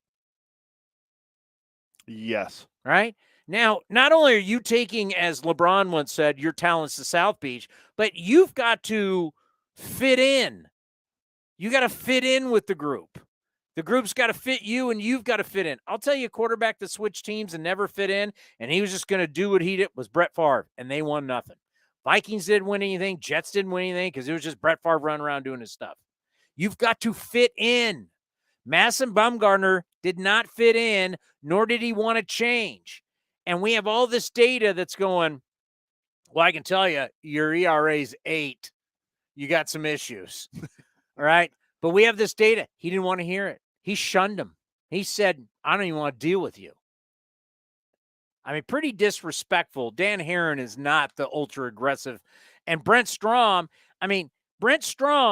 has helped Verlander, Garrett Cole, Zach Greinke. He has helped all these aging pitchers get better as they age. Oh, by the way, that Zach Gallen guy is pretty good for the Diamondbacks right now. Just saying. So here you have Madison Bumgarner, who had a chance to be an all-time great. If he goes to Arizona and continues to throw the ball well, he's an all-time great. He can be an all-time great. Clayton Kershaw is not the same pitcher, and they have actually shown on MLB Now, Clayton Kershaw lack of velocity and changed his game and kept his numbers the exact same. His Ks per 9, all this hasn't changed because he made the adjustment. Greatness makes adjustments. And Madison Bumgarner couldn't. And so after a while, they started to realize, hey, listen, Dan Herron is the pitching strategist who helps the front office, who they're trying to do everything they can to make their guys better. He's not listening. Now, I want you to hear Torey Lovello, manager of the Diamondbacks, former A, was recently on A's Cast Live. And I want to play this for you, the culture of what's going on in Arizona, who, by the way, Arizona. There's 1, 2 out of 3 in Pittsburgh. Yeah, but the game they lost, Gallen got beat up by the Bucks. His ERA still under 3. Your Pirates are starting to implode. Arizona right now, 27-20 and just a game and a half back. So what they're doing is working. This is the culture. Now I want you to picture Madison Bumgarner is in there. People like him. He's not a bad person, right? People like him, but he's basically saying, I don't want to hear from the pitching coach. I don't want to. Dan Herron is. We love Dan Herron as an A and a former All-Star star of the All-Star game. But Dan Herron is a pitching strategist. Don't want to. I have friction with him. I got issue because this guy's telling me I need to change. I'm Madison Bumgarner. Don't you tell me. So the guys who are trying to help you, you've said, I want to flip you the bird, but I can't. They flipped him the bird. He's flipped them the bird. But I want you to hear, this is the culture of what they've built in Arizona. Here's the manager recently when the Snakes were in town on A's Cast Live, our good friend, Torey Lovello. I think when you go out there and it's a cohesive unit and they believe in the same thing, and culture is really about bringing people together for one common reason, and that's to go out and win baseball games and just push forward daily. So it's like starting a new business, right? You take a chance and you do things and say things, and you wonder how somebody's going to respond to it. You back it up with some good thoughts or ideas, and the next thing you know, he's talking about it. And that's kind of what's going on. We have a couple words in our culture that you don't use every day. It's love, trust, commitment, and effort. You say love in sports, it throws people off. But I was watching the Super Bowl when the Rams won the Super Bowl a couple years ago. Every single player, I think McVay was mic'd up. They went up to him, hugged him, and said, "I love you, coach. I really love you." And I think that's where it starts with us. When you talk about building something special, it's got to be really deep inside of the heart.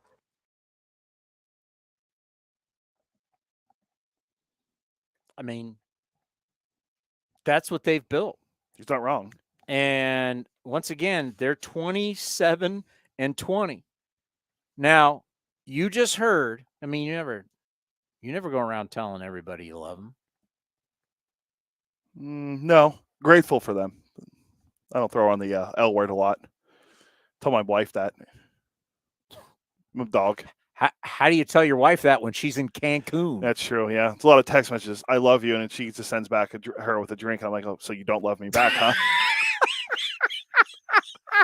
Here I am grinding every day, and you're on a beach. I love your wife. That's great. I love you. I miss you. Here's a pina colada. This sucker's back home doing A's cast, and I'm on the beach in Cancun. Good for her. She delivers babies, which is a really stressful job. Yeah. Well, I mean, what we're doing is not. No. And we could talk about the 10 and 38 and all this stuff. Come on. You don't see blood at work. No. You don't see babies. You don't. And as somebody who had twins, and a lot of people didn't think they were going to survive the birth, and I know what. Put it this way: when my kids were born, it was like a movie scene. There was all these specialists because there was stuff that was going wrong, and they thought, I mean, oh my God, I could. It was people asked, why didn't you go again? What? I was just thankful I have two that are alive and healthy because they thought something was real. I didn't want to get them. But so what your wife does, she's a saint. So she can have all the margaritas she wants. Yeah. But back to the L word. Love. You know what? I'll tell Ray. Ray, you think Ray's listening? Who's Ray? Oh, the Karate Kid, Ray? Yes, Karate Kid.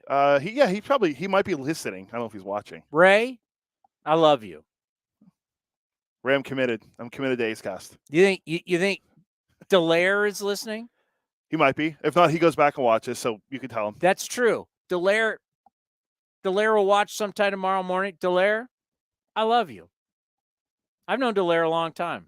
Dallaire is a great human being. Am I missing? Jessica Kleinschmidt, who I'll talk to you in X amount of time.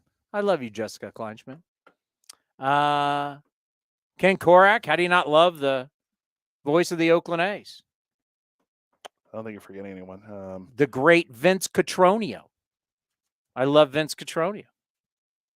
How about Johnny D? Yeah, I don't know yet. It's still early. Still early. You're in that honeymoon phase. Yeah, it's like you know what it is, like you did it, you got married, and then now you're on the honeymoon, and you're like looking around at everybody else. Like, did I do the right thing?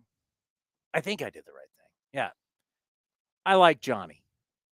I'm not gonna go love you. We're not there yet. Not there yet. You? It's beyond love. Oh wow. I don't know if that's good or bad. It's a partnership. It's true. There's a lot of trust there. Yeah. So honestly, love, I wrote it down. Love, trust, commitment, effort. Love, trust. Now, does that sound like Madison Bumgarner telling your pitching strategist and your pitching coach to go shove it? And it'd be one thing if he had a 2.5 ERA. No. Put up Bumgarner stats. That's what I'm saying. Normally, I wouldn't be talking about a forever giant, but Madison Bumgarner. I love how you dropped that in there. What? I just love ripping him. Madison Bumgarner was trash. He was absolute. Give me his numbers in Arizona. 4 years in Arizona, 15 and 32. That's a 3.19 winning percentage for everyone who doesn't do the math. 5.23 ERA and 69 starts. He threw 363 in the third innings. He struck out. Let me make sure I'm getting the right strikeout numbers. 276, and he walked 116. And if you want to hear his ERA plus, because I'm a big ERA plus guy, it was 80. that's 20 below what league average is. What would you say if I have a 120 ERA plus? Are you living with me? You're going on my wall of fame. All right. If I have a 105. Yeah, you're above average. But you take me at 105. Yeah, that was a good guess because he did have 120 as a Giant. I can live with you under 100 if you're giving me innings. He wasn't even doing that. That's what I'm saying. All of this, like, F you to the pitching coach and the pitching strategy people, and you've got a 5 what ERA? 5.23. And that's combined. When they DFA'd him, he had a 10.26. Like, the nerve of you to be telling everybody, I'm Madison Bumgarner, and you've got a 10 ERA. His lowest ERA he ever had as a Diamondback. A Diamondbacks legend, Madison Bumgarner, is 2021. He was 7-10 with a 4.67. I thought about this because I said this in the past, that we're such in shambles with pitching. I would have said, because you need just hopefully some innings and he costs nothing, how would you feel about signing Madison Bumgarner as an A? And I know immediately, Giants, you're going to hate it. The Giant. I get you. I'm throw him on that stupid wall of fame next to Marvin Bernard. We signed Romo. People love that. Well, they like the song. Oh, well, okay, fair. But after reading this article, I don't think he would listen to Scott Emerson. No. Unless he was willing to, because I would bring in Madison Bumgarner just to give me some innings, man. Just, can you go 6?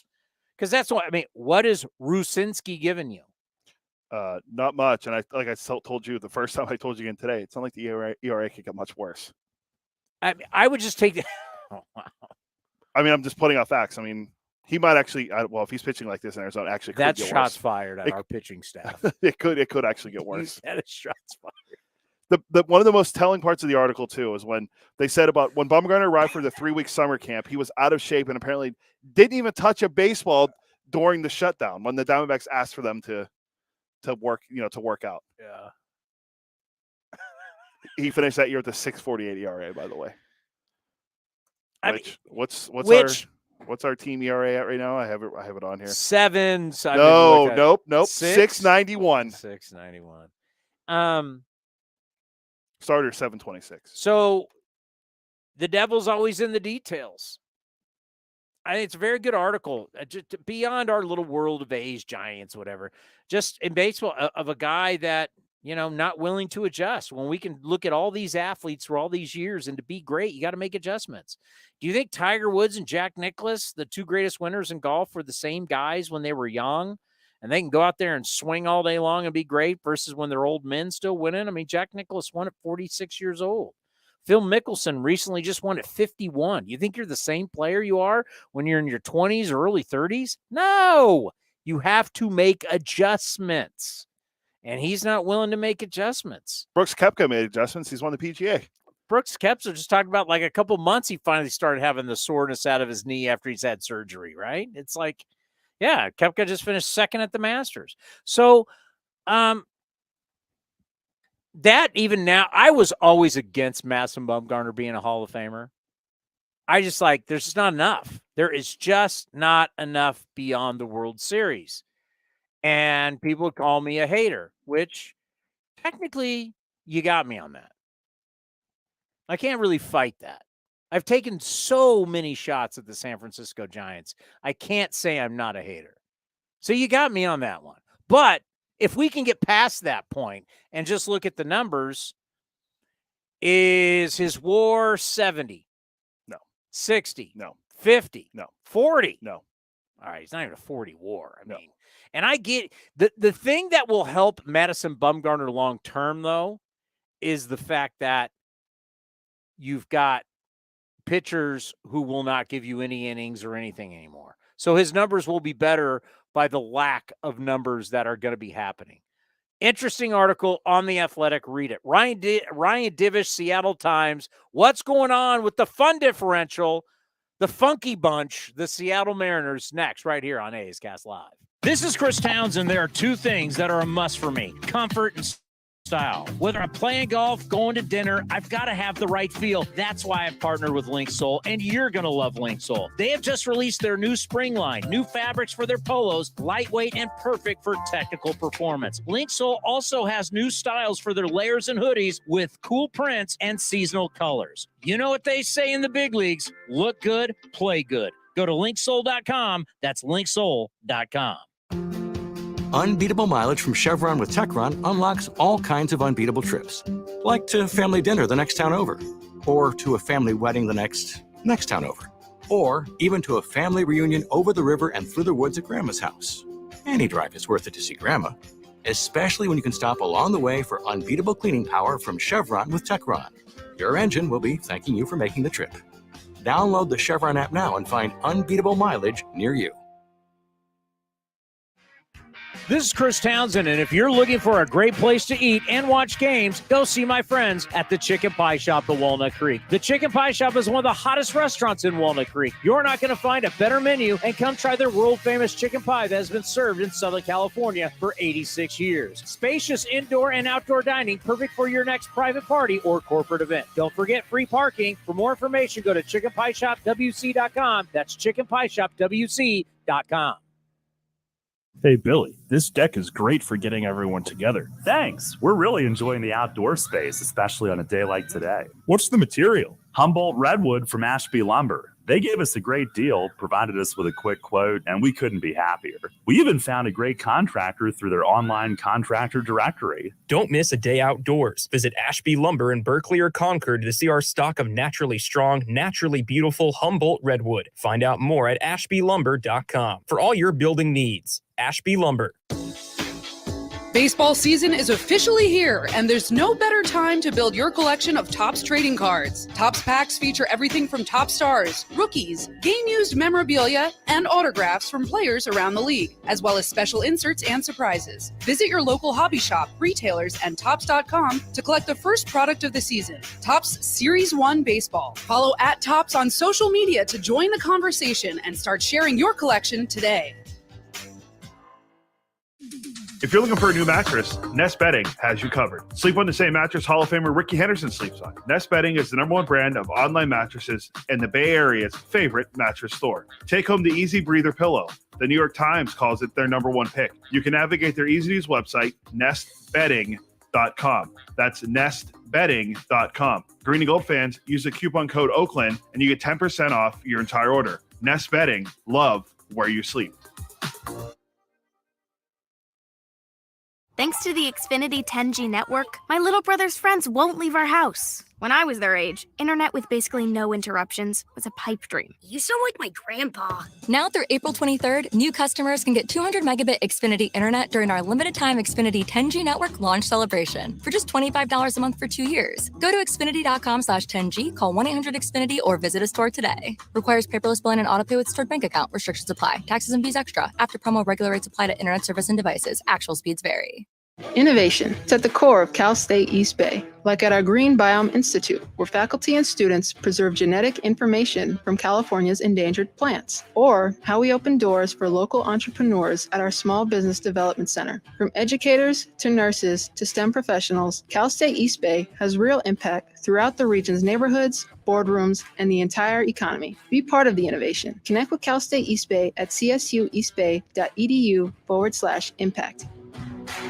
Bring the whole family out to the ballpark for this Friday night showdown on May 26th. Come see your A's take on the Houston Astros, then head down to the field to see the best fireworks in the Bay Area. So get ready to enjoy a one-of-a-kind pop through the decades post-game fireworks show. Throws and it's swung and hit to right field, deep in the corner, and that's going to be gone, and it's back to back to back. Grab your seats today at athletics.com/fireworks. That's athletics.com/fireworks. We are right in the middle of major season on the PGA Tour. Hey, those guys are good, but it won't stop you from having a great golf outing at Cinnabar Hills Golf Club. Just a short drive south of fast-paced Silicon Valley, the 27 holes of championship golf will give you and your friends a full day of enjoyment. Plus, a great 19th hole experience awaits at the grill. Not only golf, but Cinnabar Hills is ready to provide a first-class experience for any event. Learn more at CinnabarHills.com, CinnabarHills.com. Looking to stay up to date on all things A's? Head over to athletics.com/A'scast. That's athletics.com/A'scast to listen to A's baseball in full 24/7 coverage of the A's, only on A's Cast. With a single click, you can stream great shows, live pre- and post-game coverage, and of course, all the great action of the A's this season. Head to athletics.com/A'scast today.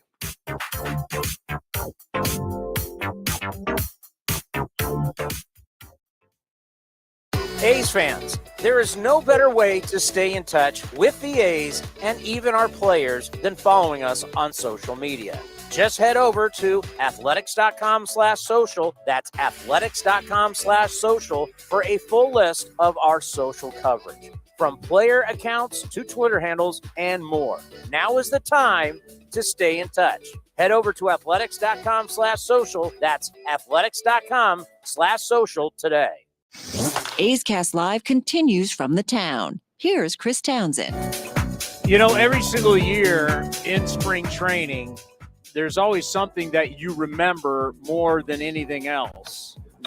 And we want to play, which was one of our favorite things from spring training. Do you have it? This was the line. When we think of spring training in 2023, Ryan is the author. Do you have it? Yeah. Of this. He still looks like one of those Scottsdale bros that's over here down in the valley. That was the line of spring training, the Scottsdale bro. We still play it because for everybody that goes down to spring training, we all know exactly what you're talking about. That was hilarious.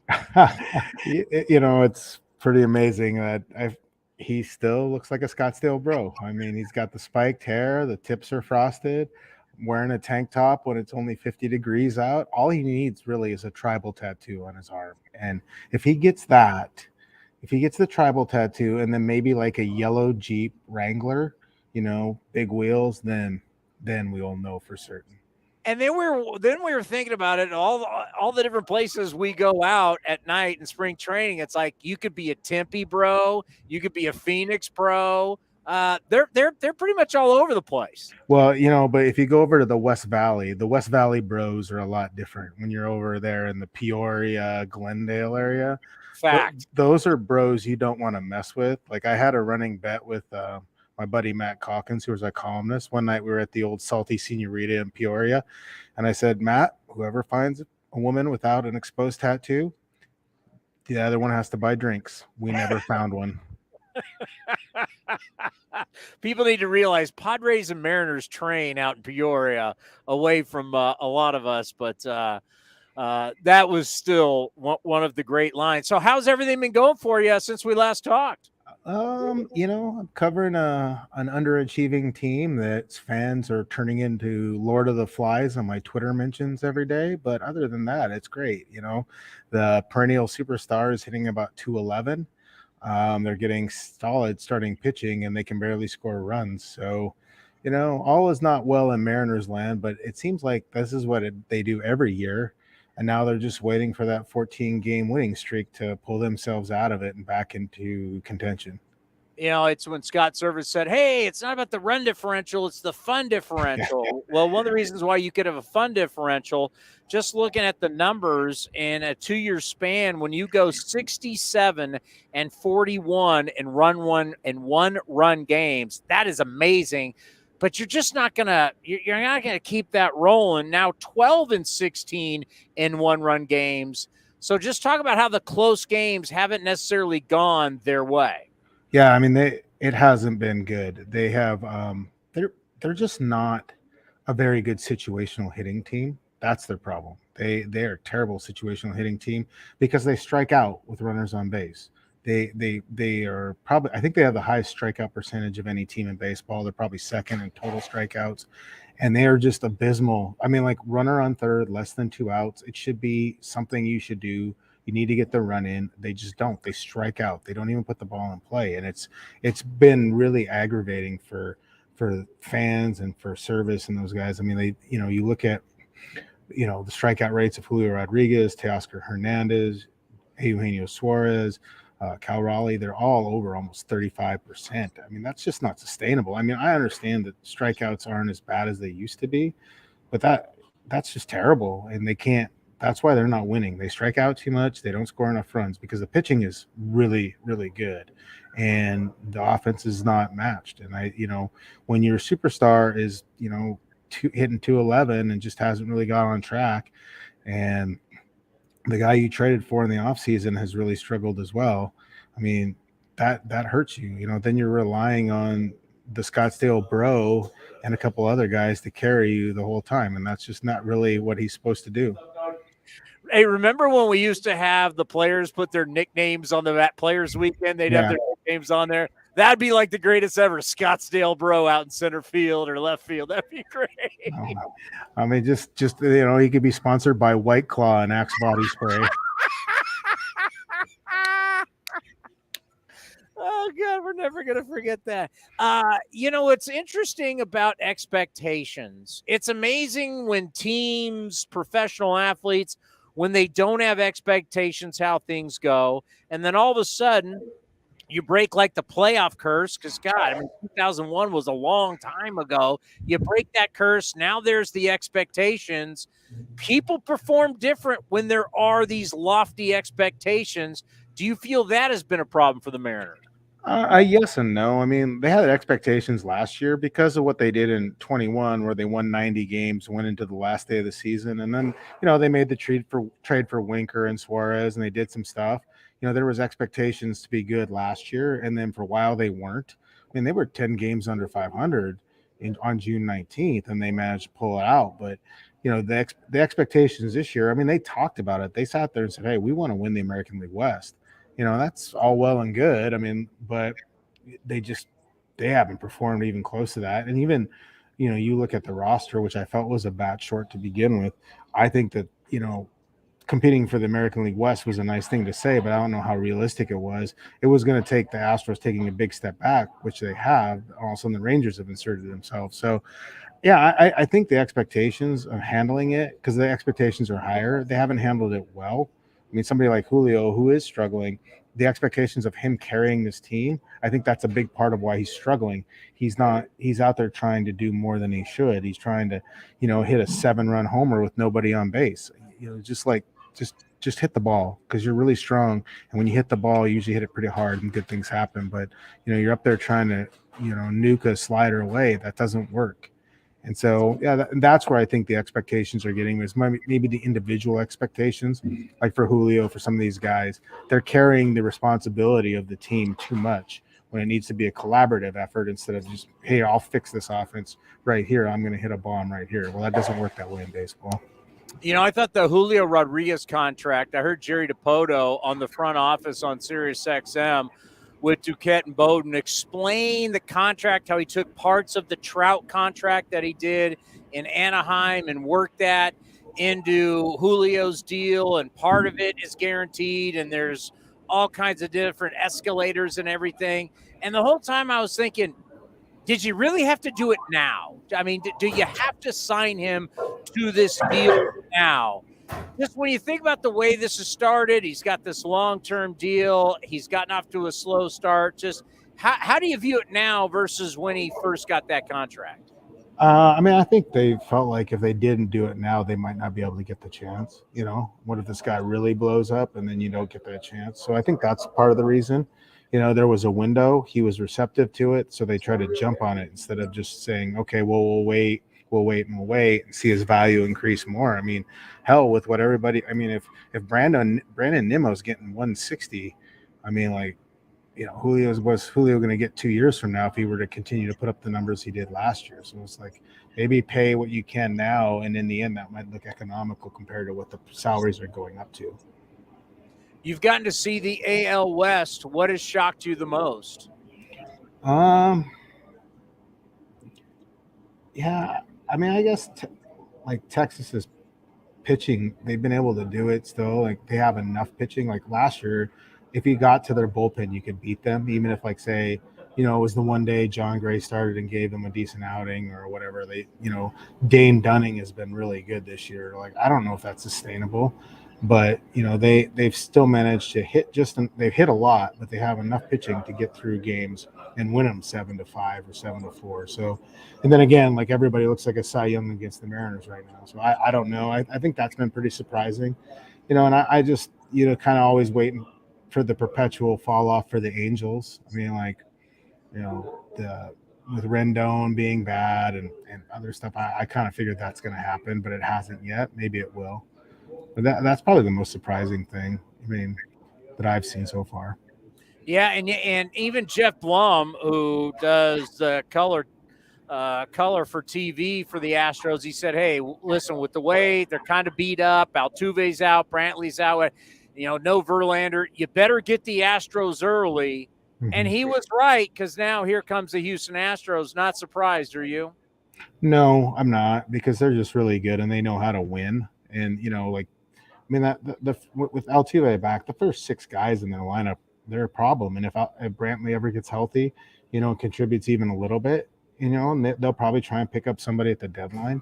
So you're right. You needed to, bank some wins and build up. And like Texas did it. They came out strong. The Mariners didn't. The Angels came out okay, but like that's the thing you have, because you don't have the head-to-head matchups anymore. And so it's a lot different. I just think Houston knows how to win. And until somebody beats them, you can all sit there and say, oh, yeah, we're coming after them, or they're going to take a step back. But nobody's proven that yet. Nobody's beaten them for the last few years. And it's hard to win in Houston, too. The Mariners don't do a very good job of that. So I think they're going to be pretty solid. You wonder, though, because like they're running Framber Valdez and all those guys hard, and they pitch well into the offseason. We already saw the injuries. Will that happen? I guess now as Lance McCullers Jr., he just pitches in the postseason. He's out for most of the season, and he comes back and pitches in the postseason. He's like a veteran offensive lineman that holds out through all of training camp and then shows up for the first day. Oh, yeah, I'm good now. Let's go. Yeah. What am I doing for training camp? Yeah, when's my contract getting redone? Hey, great stuff as always. We appreciate it. And next time, so we do this show on the field right next to the dugout. Let's have you on the field next time we see you. Okay, sounds good. Take care. All right, see you. Ryan Divish from the Seattle Times, always good. The author of The Scottsdale Bro. What was the thing he said about a yellow Jeep? Got to have a yellow Jeep with the oversized tires. Jeep Wrangler. Got to have the tattoo, if not a tribal tattoo. You got to have the frosted tips. Got to have the frosted tips. Maybe you should get frosted tips. Pass. I'm not part of NSYNC or Backstreet Boys. I should get frosted tips. Apparently, it's coming back. I've seen more people doing. Frosted tips are back. Well, I mean, baggy jeans and all the stuff that was cool. That wasn't cool when I was 15, are now cool again. Maybe it's just me being old. Now it's 20 years ago. I don't think I could ever have frosted tips. I don't know. No, I can't see it. No. I have never done anything to my hair. Now, I will tell you, because I'm as honest. I'm probably one of the most honest talk shows host ever. I talk about my family. I talk about my life. I will dye my hair. See, right now I use Aveda. I remember when you and Billy had that whole conversation on the field about how great your hair looks. I'm like, you can see that I got some gray, but I use this Aveda grooming cream. I found it because what I used to put in my hair, they discontinued it. So I had to find it. And all of a sudden it makes my hair darker than my hair really isn't this dark. I'm more brown. This stuff makes my hair darker and it makes it look like I don't have any gray. So people be like, you're dyeing your hair. I've never dyed my hair, but I'm telling you, I will. And when I'm doing it, I will tell you I do.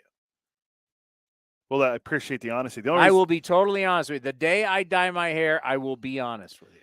I already told my wife once my hair starts going gray, I will not dye it. My dad dyes his hair still, and he's 62 years old. He dyes his goatee. It's like, what are you doing, bro?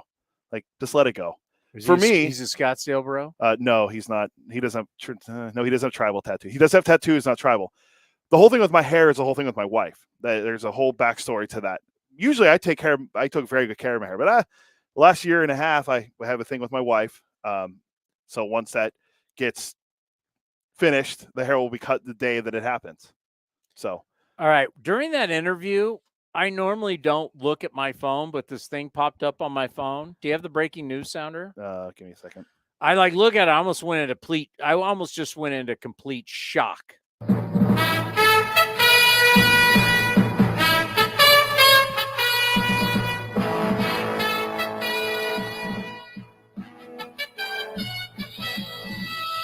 Live from the ABC Sports Desk in New York, I'm Chris Townsend. So the headline is Tom Brady, Raiders reach agreement. Oh. And all of a sudden I looked at, I'm like, what? It's finally happening. Tom Brady to the Raiders. He couldn't stand Jimmy being there, huh? Minority ownership. So can't stand Jimmy being there, huh? Minority ownership. Tom Brady, Las Vegas owner Mark Davis told ESPN on Monday he has come to an agreement with future Hall of Fame quarterback. How do we know? Well, this future Hall of Famer. How do you know Brady's a future Hall of Famer? Will he ever win? Future Hall of Fame quarterback to join the organization's ownership group pending NFL approval. Sports Illustrated also confirmed Brady's minority stake. Here's what you need to know. Davis has been looking for a limited partner and was in talks with Magic Johnson a year ago. What? Get Magic. Isn't Magic part of the Commanders ownership group now? Yes, he's part of the Commanders. And the Dodgers. Johnson wound up being part of the Commanders. Brady had previously bought ownership stake in the Las Vegas Aces, who also was owned by Mark Davis, of the WNBA, and a pickleball expansion team. Isabella, a big pickleball player. We need to pick her brain if you want anything about pickleball. There's pro pickleball. I guess. I mean, there's pro cornhole. Those guys are incredible, by the way. It's always on ESPN. Those guys are awesome. The best is the guy's got a cocktail in his hand and flipping that bag. Yeah, I like the guy now that wears the one AirPod in while he's throwing the cornhole. You got a lot of time on your hands, my friend. It was on a bar the other night when I was at. They had cornhole. Wow. Izzy does pickleball. So does Amelia. We have never had Izzy on the program. She's the voice of one of our spots. Amelia is also a big pickleball player. She was a softball player, so she's athletic. She still plays softball now. Yeah. She'll play softball. Can you imagine the amount of trash Amelia would talk in a sporting event? Oh God, I can imagine. Oh my God, I mean, she talks trash now. You think listener at the Coliseum is? She'd be that teammate, just like, oh, I need a break. But if she Draymond Green, that kind of trash talking, or? Yeah, I think so. I think she'd be she had a little Draymond. And I think Amelia has never ran into a conversation she didn't enjoy being in. She's going to be in she wants in. You got a conversation. She'll have an opinion on it. She may have no formal education, but she'll have an opinion on it. I'm going to let her know that we talked. Like, hey, we talked about it. Don't tell her, because then we'll end up being in a conversation. Well, it'll be a texting conversation, and I'll just silence my notifications. I hate that. By the way, that's so millennial of you, according to my children. Yeah, well, I don't need to look at my phone. And then Brady, 45, retired in February following a historic 23-year career where he won 7 Super Bowls. Historic. 7. Historic. What was so historic about 14 title games. Oh, yeah? How many times they went without him? 14 title games. That's insane. He was so good. Matt Castle had a winning season without him. Guys can't even play 10 years, and he played in 14 title games. It's incredible. It's like mind-blowing. It literally is like someday we're really going to look back at Tom Brady's 3 minutes. Yeah. 6 o'clock pregame. What time's the game? 6:40. Right? 6:40. You know what happens? Sometimes Seattle has a 7:10. Yeah, I thought we were going till 6:30. No, I have more stuff I've been prepping all day. I got more stuff. Yeah, we didn't even get into the shortstop thing. Maybe we'll do that tomorrow. Your shortstops, you said the greatest shortstop free agents of all time. How's that working out? You guys keep talking about how great Texas is. They're getting their brains beaten by the Pirates right now. Well, that's a big series for you. Yeah, well, they're struggling. NL Central's pretty winnable. By the way, we didn't get to talk about Chris Bassett.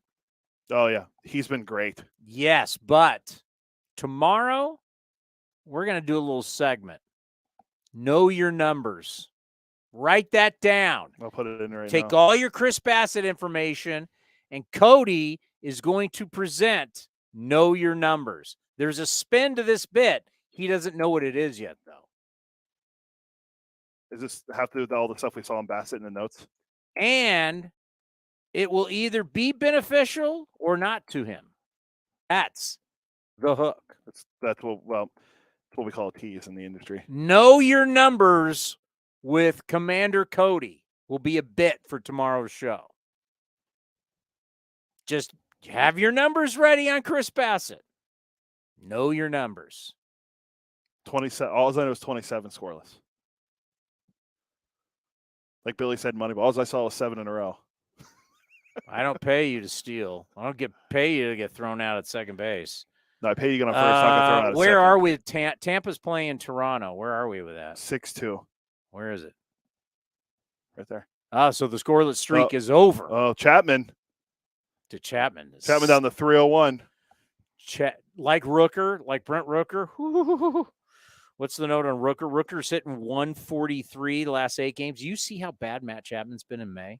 Like Matt Chapman was Hercules in the first month. Mm-hmm. He's been awful. Last 15 for Rooker, 211, 1 homer, 6 RBIs, a 641 OPS. Past 8 as they had in there. I'd look, no homers, 1 RBI, 369 OPS. I had it, by the way. I had it in the notes. How much time we got? We got to go. I had Matt Chapman's numbers for this month.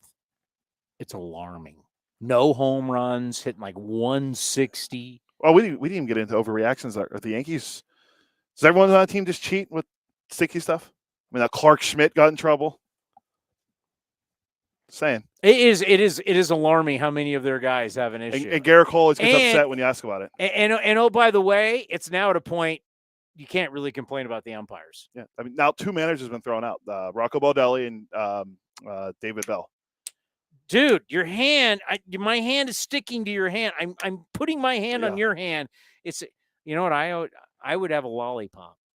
Yeah, we said that the other day. Remember how UL Washington this is really old school. UL Washington, the old Royals shortstop, played with a toothpick. Shortstop Dusty Baker has a toothpick. Yeah. I would have a lollipop. Rosie Ramon has a toothpick also. Well, did. But I would have a lollipop. Make your hand sticky. I know. As a pitcher, and take it out and show me hit my hands. What would they do to that? Yeah, well. It'd be like Gaylord Perry doing Partner. that. I would come out there with a lot. Does it say? Is there anything in the rule book that says I can't have a lollipop? I don't know. I don't have the rule book. Have you ever held a lollipop before? Yes. How sticky are they? Well, sticky and disgusting because it's inside from the inside of your mouth. But yes, it's your very sticky. mouth. Yes, it's true. I go like this to go to the ball. You put snot on the baseball. I mean, what if I was just out there with a lollipop sticking it on my hands? Is that illegal? Oh, we need a rules expert. I could have all the spider tack on my fingers. You know what? No, Eno Saris will know. We'll ask him later this week. He don't know. Yeah. All righty. We want to thank our Scottsdale bro, Ryan Divish from the Seattle Times, Joon Lee from ESPN. What do we got tomorrow? We're going to have Scott Miller on tomorrow. Talk about your Padres. That's Ted Leitner's Padres. That's true. Bob Melvin's Padres. They're terrible. All my friends back home, I'm just riding them going, hey, I thought you got the World Series parade route ready with that 863. The Padres, mark my words, it's going to be documentaries are going to be done on how pathetic the spending, the guarantees, it's going to be a train wreck that we've never seen before. It's going to be worse than the Dodgers and Frank McCourt. Oh, boy. How about that? Well, I got to get out of here. Yeah, we got to go. Pre-game coming up next right here. Thank you for watching A's Cast Live. Up next, A's Total Access, brought to you by Chevron. This is Chris Townsend. There are 2 things that are a must for me: comfort and style. Whether I'm playing golf, going to dinner, I've got to have the right feel.